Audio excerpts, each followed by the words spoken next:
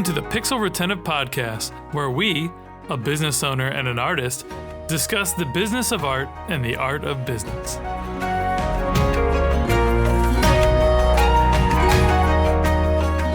Hey friends, I'm Carl, founder of Epic Made.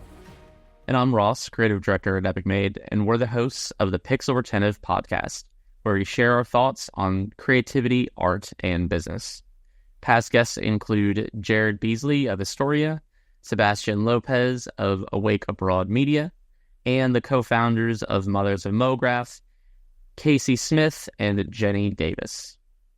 We are forever grateful for the supporters of our podcast, and as always, we're looking for more sponsors. That said, Pixel Retentive is brought to you by the creative gurus at Epic Made. Epic Made is a team of strategists and artists who excel in visual storytelling. Our studio crafts unforgettable animations and illustrations that not only captivate your audience, but also drive tangible business results. We specialize in engaging imaginative, pop culture savvy audiences with beloved clients like Nickelodeon, WWE, and Sci-Fi. Visit getepicmade.com and let's collaborate on your next creative campaign.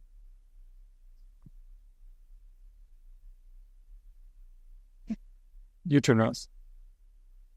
Oh, he froze. All right. Well, he'll come back in, I'm sure. All right. So with us today, we have Ivan Kander. Ivan is a freelance filmmaker, writer, motion designer, and video producer based out of Washington, D.C. since 2007. He has been crafting beautiful, moving images, both animation and live action, with skill at heart, working with clients big and small. My internet died. Sorry about that, guys. But you have returned. So hey, this is the authentic recording process here. So I love it. All right. So I read. Welcome, Ivan. Sounds like Carl read your intro. Well, glad to have you, man. We've been working with you for a little bit. It's glad to finally be able to chat as opposed to chat in business. Yeah, it's great. Thanks so much for having me. Of course, man. We're excited to chat with you. So before we jump into today's topic about passion projects, we want our audience to get to know you a little bit. So tell us how long you've been in the industry and the project you're most proud of so far. Oh, that's a good question. So I've been working in video production since I graduated college in 2007. I've been doing various things in that space, but basically since then I went full-time freelance back in 2012. So I've been doing that for, I guess, over a decade now, which is scary. And in terms of projects I'm most proud of, it's a good question. I recently did a video for the Smithsonian that was actually narrated by LL Cool J that was a kind of retrospective of the museum and all that kind of stuff. So I'm proud of that one. Yeah. That sounds fun. Yeah, it was very cool. And it's one of those like rare projects where it's like my geographical location being based in DC kind of came together with a fun client and all that good stuff. So it was awesome. Hey, I like it.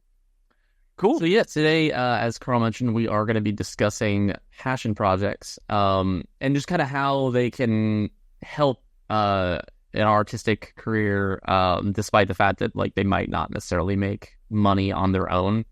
Ivan, you specifically, you said in July, I think, finished a passion project of your own, correct? Well, I haven't finished it. I shot a short film back in July. I'm still in post, which I'm hoping to wrap up post-production by actually the end of this month. I'm getting close. It's more down to the music, which is something I can't do. So I have a composer working on that now. But yeah, for the most part, I did shoot it in July. So. Hell yeah. What you are you able to tell us a little bit about what it's about, or is it? Yeah, totally. It's a family drama. It's going to be about a 12-minute family drama that I'm going to try to send out into festivals in 2025. I made a short film back in 2021 that had a pretty solid festival run and ended up playing Palm Springs and Maryland and DC Shorts. It won Best Narrative there. So kind of, it had been a couple years, and I decided I kind of wanted to make another one. The film itself is about a daughter dealing with her elderly mother, who's in her 70s, starting a new relationship after the death of her father and her mom's husband. So it's kind of dealing with like messy family drama. That's kind of my interest is, family driven comedy, so to speak. So that's kind of what I like to focus on. Yeah, that sounds like it could be fun, and you could weave in lots of weird awkwardness and wholesome moments and like just good human interaction, So Yeah, totally. I'm so sorry, guys. My internet just keeps going in and out. My recording just closed and reopened. no worries, Ross. We'll keep it moving for you. Yeah. You come and go as the internet goes. All right, yeah. Yeah. So so Ivan, you mentioned when we were kind of discussing what we were going to talk about for this project that passion projects can kind of fuel creative, like, your career, despite the fact that they may not necessarily produce monetary value. What are some of your thoughts on that? So before I embarked on making this short in particular, I had a kind of a crisis of conscience in the sense that I was like, do I really need to make this film? Because making a narrative film specifically is an expensive process, even if you're doing it on the cheap with your friends. It's still going to take money to get made, and no one's going to be providing any financial support to do that. So you have to decide, how much money am I going to be willing to put aside to invest into this thing, and why am I doing that? And so I was thinking about that a lot. And I think that what I came to the conclusion is this idea that no one is going to give you permission to make what you want to make unless you make it yourself. I think there's this thought process behind a lot of creatives that there's going to be some kind of like savior that's going to come to you and be like, oh, I'm the guy that's going to fund whatever you wanted to make. Here's the money. Totally. Like, I think there's this misnomer that, if you wait long enough, that's going to happen. But especially in the film industry, or any really creative industry, that's not going to be a thing. So you have to decide, if I want to do more work like the thing that I'm most interested in, I'm going to eventually have to pony up and make it myself. So it's not going to have any financial benefit to you initially, but it does give you something that is creatively fulfilling, but also shows the work you want to do.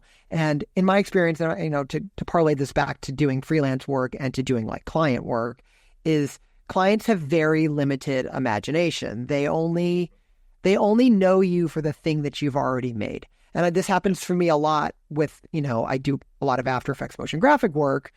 People reference a previous explainer video I made in order to make their explainer video. Their imagination is limited to what you can show them. So if you want to make the thing that you want to make, you got to go out and make it, basically. And yeah, is that a great financial decision? Probably not. I'd probably make a lot more money if I just made boring corporate videos all the time, and I would, I would save money and I would make a pretty solid living. But then you have to ask yourself, well, why am I doing this work to begin with? What am I interested in creatively? And why do I what gets me up in the morning and excited about what I want to do? So it's kind of that give and take between, yeah, it's risky financially, but I think it also kind of benefits you creatively. Yeah, 100%. I've seen this in our own business, right? Like, and I talk about this a lot myself, is that, like, if you want to make a certain kind of thing, you got to pony up and do it yourself, because you have to have that example. And not only like people lack imagination, because that's a huge part of it, but they're also not just going to take your word that you can do a thing, right? And sometimes you have to build a thing first on your own dime to go, hey, we can do these things, and create the type of lure that you need to attract that type of client. Yeah, it creates an anchor in your portfolio that basically allows you to steer future clients toward. And also, like Carl and I both have passion projects that we're working on. Like, I have 2 or 3 graphic novels I'm working on. Carl has a book he's working on. They are, I think there is this idea, like you said, that people will at some point either give you the money to do it, which is entirely unrealistic, or you will at some point reach a threshold where you don't have to work on client work, that you'll have enough money that you can just fuck off and do the thing that you want to do unimpeded by client work and the need for money. Whether that's because you've just gotten so successful at the freelance side of things that you don't need to take work for a year or two, or that you have got that client that like invests in you, some weird angel investor situation, right? And I just don't think either one of those things happens often enough to bank on. Like, I'm sure it does happen, right? Like, realistically, there are plenty of artists out there, and I say plenty, and there might be a dozen, who have made enough money that they just don't have to really work anymore, and they can just kind of do their own thing, but they're also in their 50s probably, right? So I think that you probably end up more fulfilled from a career standpoint earlier on if you just kind of push through and make the stuff that you want to make, because then you'll start to get inundated with clients who want to come to you for those things instead. Yeah, I think the balance, the kind of what was, Ivan was talking about too, like you got to figure out to strike a balance between happiness and money, right? Like, yeah, you can make a shitload of money and like just do corporate videos, and but eventually you're going to run out of creative inspiration. You're going to hate getting out of bed every morning. You're going to stop wanting to do the thing because it's not just about money. Like, and you're going to wake up one day maybe with a pile of money, old, unfulfilled, and miserable. Like, who wants that, right? Like, so like, and not to mention, if you're not enjoying it, the quality of the work declines, right? So as a creative leader myself, always leading a team, always trying to inspire other people in the creative industry, like hugely encourage people to do passion projects, not only because it's like, hey, this is like the thing you want to create a lure to attract people, because it might not always be that. You might not want to do short films for other people, right? Like, but it might fill your cup to feel more fulfilled or more happy when you get out of bed, to have more creative ideas. And while you're creating this new project that you're doing without the support and direction of a client, you always learn new shit. You always expand your craft. You always go, oh, I can do this quicker, better, faster this way, because now it's all necessity, right? You're like, I want to spend as little money as possible to execute this thing, right? So I think there's a lot of great variables that are very healthy for your mind, to both to develop skills and also maintain that happiness and get us a sense of fulfillment out of the project you're working on. And not to mention, if you're doing this for the money, there are so many other better ways to make money than to get to the creative field. I think that if you are in fact doing this at all, it's because you have some sort of passion for it, and you have some sort of like deep rooted reason you got into this that didn't necessarily involve serving other clients. Yeah. Absolutely. Just go be an investment banker if all you care about is money, right? Like,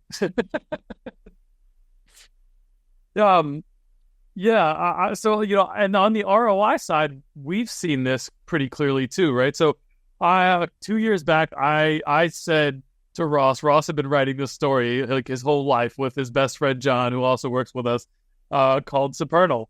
And we basically had the whole team run that for a month. And then I had been doing a whole bunch of so we put out a bunch of comics and we put a bunch of episodes out on Webtoons. And then I had a whole team run, I had my social media presence doing my own personal brand, working really heavily in NFTs. And then I'd say a few months after that, client came to us that needed like some really deep character and story development in the NFT space. And it generated a 6-figure project for us. And he only would have signed that with us if we had that proof of concept on both sides of that, right? So it was pretty cool. So we've seen that turn ROI as well, which happens too. So it's pretty cool. Yeah, and I think what you were going on earlier is this idea that there are these intangibles that benefit you in impossible ways to predict. Like, you end up working with new people that you weren't, and then you have new connections who then potentially could spark your either whether it be client work or creative work down the line, which is, that's how I've collaborated with a lot of people that I don't work with every day, but I now have connections with because they came on to help me shoot a film, which is part of that process too. I mean, anyone whoever tells you about like, well, how do I make it in the film industry, or how do I do this? Like 99% of the time, there is no repeatable process there. It's more like they randomly met somebody at this thing, and then that thing became a connection. Like, no one knows. There is no step-by-step thing you can follow to get exactly what you want in whatever creative industry you're most interested in. But I do know that if you make work that you are passionate about and work with creative people, eventually that will lead to benefits that are impossible to predict. So it's just about kind of, doing the work and meeting cool people. I will say that another thing that is really in the positive about just, shutting up and making your creative project is the freedom of not having to deal with the constraints of client feedback is like the greatest thing ever. Like, with this film in particular, when I finished my edit in August, I was like, oh, I don't have to check with the client because I am the client. Like, I'm done. Like, I'm done. I like this. Like, I don't have to worry about meeting some note or have to deal with some stakeholder. Like, it is very freeing to be the voice of when a thing is done. And I'm sure we've all worked on projects from like, oh, that is the worst note that I've got to like somehow implement. And I think that is one of the benefits of kind of pursuing these little passion projects, just for the adrenaline kick of knowing that like you don't have to like copulate to somebody, Yeah, 100%. And going back to what you were saying earlier as well, just like having something that you're proud of, that is your voice in your pocket for when someone asks you what your voice is and what you're like if you could make it, in the event that someone does walk up to you and say, hey, I'm willing to give you an infinite amount of money to go make something that hopefully we'll both share in the profits of, which is unlikely. But in the event that it does happen, you still need to have something to show them to prove to them that you're worthy of taking their money, right? Even if you have full creative control in that relationship, even if it is the dream ideal version of, I can just now finally make the thing I want to make, you still need to have had made something on your own to be able to showcase like, hey, I'm worthy of doing this. Most people won't just invest in you on spec. Like, it's just not realistic. Yeah, absolutely, totally. And I will say this, and one thing I learned with my last short film, and kind of a mistake I'm trying to remedy this time, is my last short film, which did festivals in 2022, and it played a lot. It played like 45 film festivals. It did really well. Oh, yeah. But the thing I was not prepared for is literally as soon as you make something, if somebody likes it, they just want to know what's next in your pipeline. Like, and which is, it's kind of, frustrating. It's like, I just emptied my tank and now you want me to have that, ready to go. But I really wish I had more to respond to people when they ask me that question. And with this short,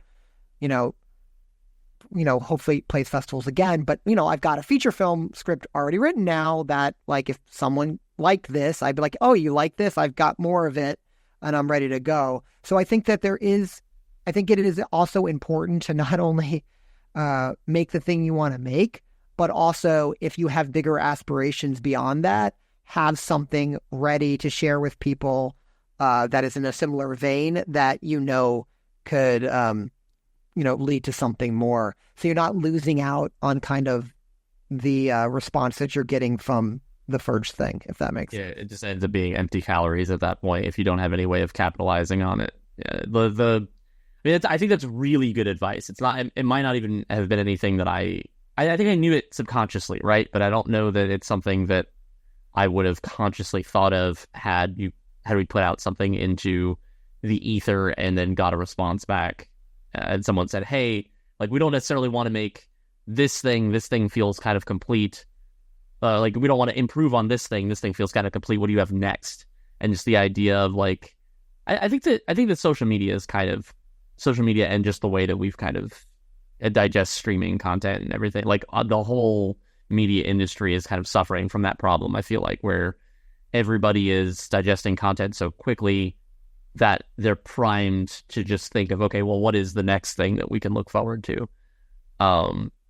Because the movie industry didn't used to be like that. Like TV shows and stuff like that didn't used to be like that. It used to be acceptable for you to, wait 3-4 years for a sequel. Like it wasn't like as every 6 months something has to be produced by the studio. But yet now that we're kind of in that media saturated sort of lifestyle, I think that is going to be the first question people ask you, right? If you make something and put something out in the world that people will infallibly love, they're gonna say, okay, well, what do you have? What do you have that's next? We want more from you. Here's take my money, and if you don't have anything to back that up, you're definitely missing out on an opportunity. That's interesting. I blame it on Peter Jackson and dropping all 3 Lord of the Rings back to back like that. So they shot them all at once and then literally dropped them one at a time. And now that's what people expect. I mean, I'm sure other people did that too, but that was probably the most wildly successful version of it that I can think of. Yeah. And so building on your passion projects, like for me, I was really lost in like, the business, scaling this business, and had stopped being an artist in the business. And like, I found myself in a really negative space after a while, almost not enjoying my job anymore, even though I'd built this business and love it, because I wasn't having any creative expression myself and I was still an artist. So like that part of me had to like build this, then that's when I started my whole passion project side brand, which is Colorful Carl, which is where I just make art with my dad on a live stream. It's surprising to me how, posthumously with my dad. My dad's been gone since 2016, but it's surprising to me how fulfilling all that is and how much it recharges me to continue to grow the business. And there's a lot of like interesting crossover. Like some of our Epic Made clients have come on that show with me just to hang out and shoot the shit. And next thing you know, like they like us more, they like me more, and now they want to give us business, right? Like all of it works great. And like, that's not ever the objective, but it's all about relationship, which you alluded to earlier, Ivan, is like the whole success of anybody's trajectory in this space. It's really, there's nothing replicatable. No 2 people are the same. No 2 relationships are the same. No 2 scenarios are the same. You just have to keep showing up and doing the work and having passion and being good at what you do and build those relationships, and the opportunities will show up. Yeah, totally. I mean, I think that, human beings are we're social creatures, right? So like, if you're going to recommend someone to work, if you're going to provide a recommendation to a client, let's say you're too busy and you need to pass it on, you're going to pass it along to the person that you've hung out with or have worked on fun things together, like immediately. Like, so that's how we work. We're very non-logical creatures in that respect. You might not even be recommending the best person. You're going to be recommending the person that you have a relationship with. So it's like, I think that's like a huge part of everything. And it comes down to like really basic life philosophies, like don't be a dick, like work hard, like very simple stuff that I think everyone kind of intrinsically knows, but all that stuff matters. And, I think there's this illusion, and I think I had this illusion too now that I'm getting old, but when I was young, I think you have this thought that if I just do this one thing, or if I just make this one thing, I'm going to be satisfied. And then that's going to be like,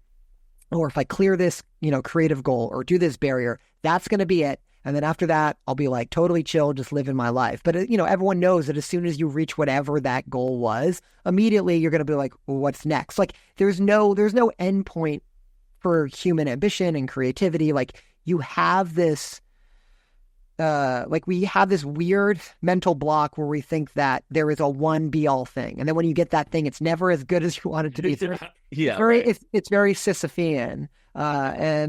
Which is, I think that's both a good thing and a bad thing. It's disappointing because I think that's it's very existential. Like, what is humanity? Like, what do we want? But it also means that like, oh, there's always something else creatively that I can explore. There's always something else I can strive for. You're never going to, I guess, like, to sum it up, you're never going to be satisfied ever.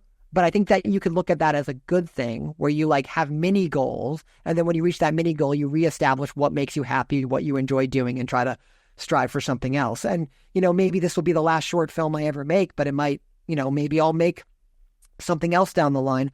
But I think that it's important to be cognizant that no matter what you think your end goal is, that's never going to be the end, I guess, much to my wife's chagrin when I say I'm going to make another short movie, that kind of thing. So, I think it's frustrating to some degree, like you said, that like to know that there isn't really a point where where a creative person is going to be satisfied. I don't necessarily think it's just creativity, right? Like you see it with money all the time where people strive to get a promotion, and then they realize that they need another promotion, and they realize that they need another promotion, and so on.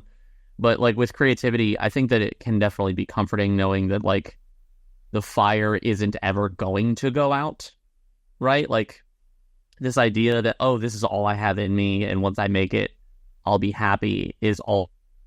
It's very it can be scary in that like maybe I don't have the creative energy to do the next thing. And I think that, yeah, I think as you get older, every creative kind of figures out that if you got into this in the first place, then that engine is going to keep moving. Even if it's slow at times, that engine is going to keep moving at some point. And yeah, I mean, I think that ultimately it is a good thing. I think that there is a balance that needs to be had between living your life and using the fruits of your labor and creativity to live better as you continue to be successful. But I think that always keeping some form of pressure on the pedal and like knowing that at some point this is going to come crashing into, I need to make something else. It is something to be sort of vividly aware of whenever possible. Yeah, I'd love to chime in on that as well. I think, I started this journey out probably earlier. Ivan, I think we're probably about the same age. I graduated college around the same time as you. But like I started at 19 and started my first company with all these lofty goals and these like arbitrary, like, oh, I'm going to be in Forbes by the time I'm 30 and I'm going to retire by the time I'm 35 and I'm going to make all this money. And then like as the things evolved and as like those milestones came by and I missed them, they just started to like give me anxiety and stress me out and make me feel like a failure. And then like as now I'm reaching the middle of my life, I kind of had a midlife crisis rather recently. I'd say over the past like 2 years, kind of evolving all post-COVID craziness, but like understanding that like this is what success looks like. Yeah, I don't have millions of dollars. Yeah, I'm not like I didn't reach all these arbitrary goals, but like I have a lovely life. I have a healthy wife and kid and beautiful relationship with both of them, and I have a nice house and all my bills are paid for. And like if that's not success, living on my own terms, like what is, right? Like, oh my God, I wouldn't trade this for any ridiculous, huge, stressful, anxiety-ridden job. And then, framing this out with my wife more and more, that we talked like, and actually I talked to Chris Doe about this one time too, but like it was the same kind of consciousness, like, oh, you keep going higher and higher and higher, trying to get to the top and win the biggest awards and get the biggest contracts with the biggest brands, and you get up at the top and like everyone's just cutthroat trying to kill each other, like, and there's just always another mountain to climb. And the framing came back to me that really helped me was just like, be in love with the journey. So like loving the journey, understanding that like you're going to die one day. And if you don't enjoy if you don't enjoy the process of going wherever you're going, because you have all these big plans, but like life is what happens when you're busy making plans, right? So just love the journey, right? Like, and then it brings so much more fulfillment and happiness. And it's that for me is the mindset that I think you almost have to fall into through like the naivety of youth, in your 20s and the ambition and going, all right, well, now I'm here hitting my 40s. Like, I just want to love my life. Like, and I don't really care about the rest of it. Like, it's going to go where it goes. I'm going to work as hard as I can and have all that great energy and passion, but like none of the judgmental condemnation about like, oh, well, you need to be X level or this and that. Like, it's all arbitrary, right? Like, I don't know. So it feels good to me to have that mindset.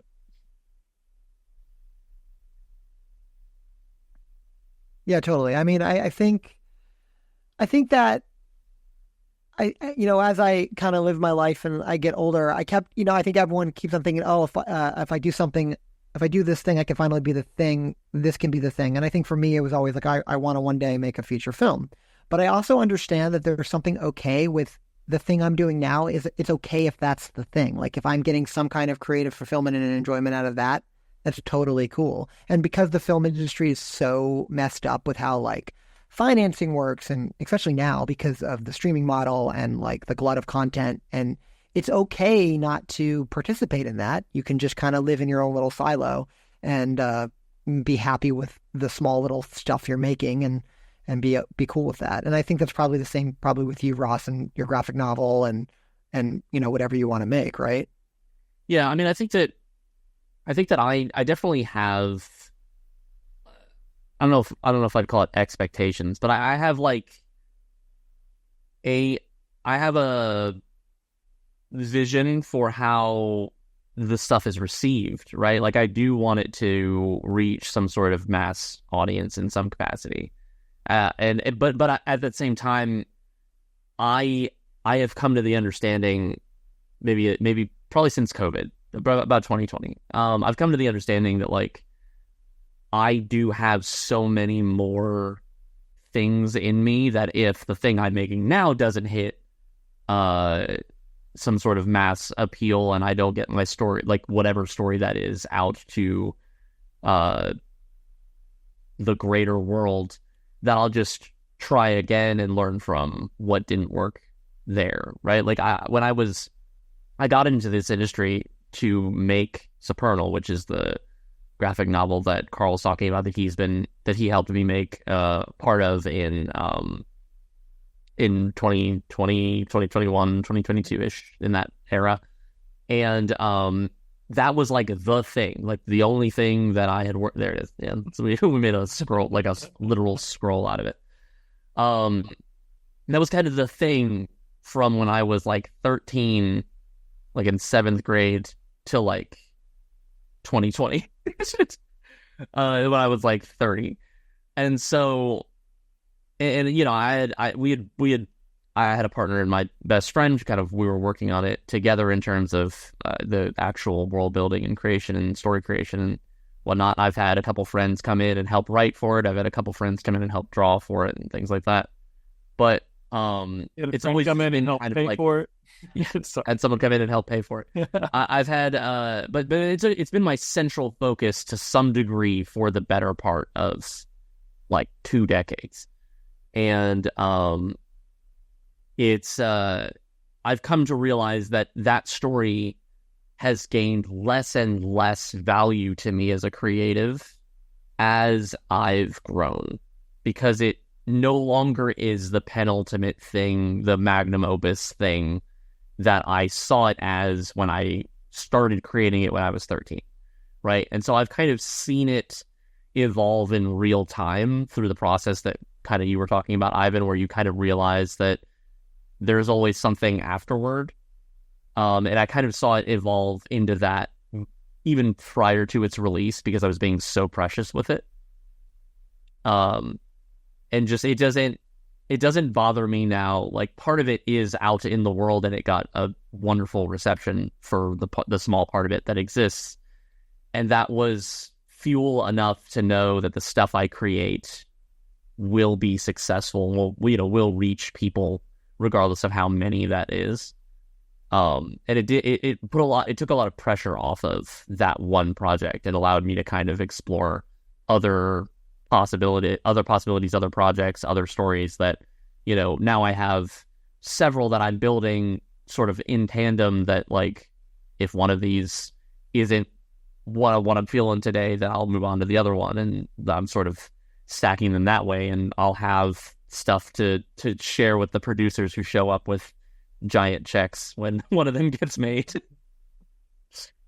To your earlier point, Ivan, people still message us like, "When's Supernal coming back?" Yeah. Like, and it was like, "When's the next episode?" Almost as soon as we were done with them, right? Which was an interesting thing. It feels bad to tell them like. Soon. Well, I mean, I think the other thing that the creator economy has kind of taught us is that there's this expectation from people that as soon as something is made, they're like, "Oh, when's the next thing?" And it's like, dude, I just spent 5 years of my life making that thing, and it was really hard to get made. So I don't know. There is a bit of a pull there where people are constant expectation to receive things. Not to diverge the conversation too much, but I did want to talk about this idea that I kind of found out in my own stuff. And I think it's important, especially now with how AI works and this idea that anyone can be an artist now with AI, like that kind of thing. I think it's important to understand that not only do you need to make bad things, like the first stuff you got to make is bad, but you need to make, I think you need to make bad stuff for like a long time before it's good stuff. And I say this because like half of the short films I've made are unwatchable, but I think it's really good that I made them, because I had to suck before I could not suck. And I think the problem with AI from a creative mindset is it eliminates the I had to suck stage. And I think that is a very dangerous thing from a creative perspective because it doesn't allow you to figure out what makes you you.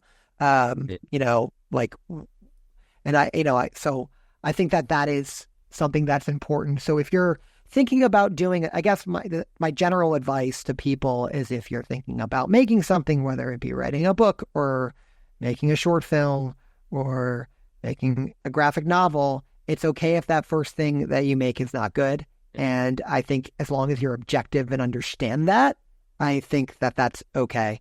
I think there's this weird expectation that we have with ourselves. So there's like a famous quote, I forget who said it, but a lot of people can recognize great art, especially if you're really interested in great art. Like you can recognize that something is great so that when you try to make it yourself, you're often disappointed in yourself that it's not as good as the stuff you know is legitimately awesome. So that can be a tough hurdle to overcome because you don't want to deal with, even if it's not even rejection from the outside, but it's like personal rejection in yourself where you're like, oh crap, like I didn't accomplish the thing I wanted to do. I know what good is and I know this isn't good. I think it's okay to live in that space and try to get better with each thing that you make. And I do know, I can guarantee that the more you do something, you get better at it. I mean, that's like obvious, right? So it's, you know, I look back at the movies that I was making circa 2012 and I kind of cringe a little bit. But at the same time, I know that I had to make them and I was fortunate enough that I got like-minded people to help me along, even though I wasn't great at what I was doing. So I can get to a space now where I think I'm making stuff that I'm legitimately proud of. So yeah, I mean, that's kind of that creative journey of why we make the things we want to make. It's like, well, you do it to get better and reach the place that you always wanted to be as an admirer of art and the art that you create. Yeah, there's a variation of that that I've heard before, where it's basically the idea that the quality of your art is the distance between your artistic eye, like your taste, and your ability to execute. And it's basically closing that gap is what makes you a better professional. Because your taste is always going to be more or less stagnant. Like occasionally it'll move a notch when you see like a masterpiece unfold, right? Like you see Into the Spider-Verse or something like that, and you're like, holy shit, I didn't realize that, you know, animation could do that.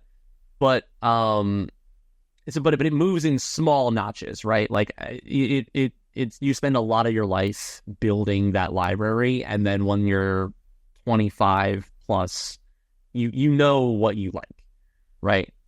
And you know, if you're an artist, you know what it looks like fundamentally by that time, I think somewhere in the 25 to 30 range.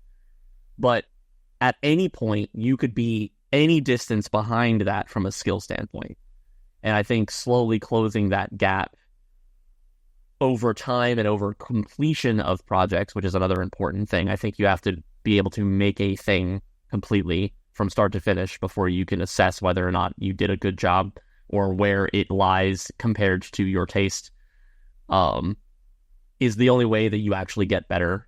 And I've never heard that take on AI, and I really enjoy it. The idea that like the biggest problem isn't, I don't know that I think it's been my opinion the whole time, and I don't think I've ever been able to articulate it in that way, where the biggest problem with AI isn't the fact that you like click a button and you create a thing. It's the fact that you have no way of discovering who you are as an artist by using that method. You're not actually saying anything that came from you through the lens that you've built over your life, through the tastes that you have built over your life, the library. You're just outputting the factual version of that thing through the lens of all of human media. Yeah, like George Jurassic Park's like my favorite movie of all time, and there's like the famous quote, like where he's like, "You didn't require any discipline to attain the power you have." Like, so you need it. I have no issue with technology being used to help processes along, but the problem is you don't, like you're saying, you don't have any of the discipline or time required to really understand the power behind what you're making. And that's my big issue with, like, you know, the creation of AI. Like I'm all for AI as like a menial task, a solver. Like if I never have to cut out a photo in Photoshop ever again, wonderful. Well, like great. Technology solved that problem for me. Or if I never have to like digest a report into a single page ever again. That's fine. But the thing that I find so comical to me is when people are like, oh, this is going to be, you know, it's when people are like, oh, I want to make a film and I can easily make the thing I want to make. But those things always suck because it's like, you're not understanding what makes movies or art good. It's the person behind the thing who has their own point of view that's based on only their life experiences, not this weird mashup of all the stuff that exists in the world. So, that's kind of like my big thing about that, and why I think the current phase of AI is going to end up diminishing a lot, because the stuff created with it is going to have no soul behind it. Yeah, I think that I've heard a micro argument within that of like, but I'm telling the thing what I want it to make, right? Where it's like, but I think people discount how many micro decisions are made when you put ink on a page or when you capture something through a lens in a very specific, intentional sort of way. A lot of that stuff is subconscious, and it comes to it is that distance between our skill and our taste, right? When you don't have that leading the decisions that you're making, you're not actively closing that gap, then you're not making as many decisions about the thing as you think you are. Like you can give the computer an outline of your thing and it could produce something. And you could argue that you did, in fact, put your message into the computer however you felt like writing it, and it produced something. But I think that at its core, there are more decisions than you could maybe even comprehend when creating something compared to just the planning phase of making it, and like the outline phase and like the premise conception of that thing. Yeah, I think it's the same rule of like garbage in, garbage out with this, right? And it's like we have these tools now are allowing us to create basically the Walmart of consumer goods for creativity, right? Like mass-produced, cheap garbage with little thought into it that's probably not going to stand the test of time. And the bottom line is, don't piss off Walmart, bro. Yeah, don't piss off Walmart's got quality goods. In case you didn't know, no, but like what happens here is that like, yeah, people can make a cheap, shitty, quick version of something, but at the end of the day, the people who are going to do the best things with these tools are already the best artists. They've already gone through the whole process that Ivan was talking about and that you were talking about, where it's like they had to suck for years. They had to be not afraid to jump in there and make a bunch of crap so they can understand how it evolves and stuff that's so terrible they don't want to look back at it. So they know why these subtle details of what this thing is outputting sucks and how to make it better, because they already have the skills to make it better. They already can edit this in Photoshop or After Effects or whatever and get it 90% or 80% of the way there by training it properly and referencing it properly. And like, you know, I'm working with AI tools now where it's like you can sketch things and make them work towards what you want from a perspective angle and give them reference images, that we create all of that ourselves, right? And, you know, we haven't implemented this into any client-side work, but it's something that I'm playing with because I know it's going to be the future of where we're going. But at the same time, like, the best people to use these things are already the most creative and talented, right? So it's just like a production capacity speed thing. How do we stay on top of the game so we don't get left behind? So anyhow, So we are coming up on time. But before we wrap, Ivan, I did have one last question for you. Same question we ask all of our guests. Is there anything or anyone in your career that you'd like to shout out to the audience? That might be a mentor, a valuable resource, a favorite client, something outside of the scope of the conversation. So in terms of creative inspiration, I want to shout out a site that I think is unfortunately dying. So if you can go support them, I would try to do that. Are you guys familiar with Art of the Title at all? Yes. Okay, Carl is. But Art of the Title basically is a compendium of all great title sequences in movies and TV.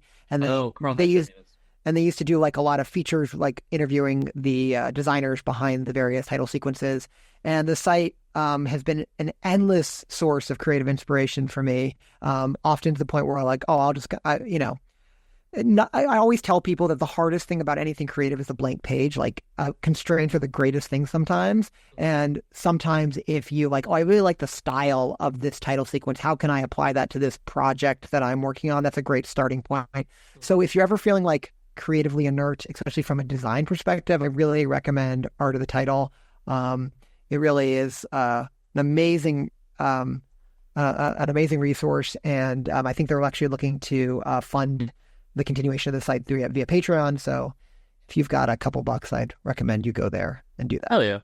Art of the Title is great. I remember like when I really fell in love with the Game of Thrones title when it first came out. I definitely was like found on there. Like, Peak TV changed the title sequence in a lot of ways because they became works of art in and of themselves.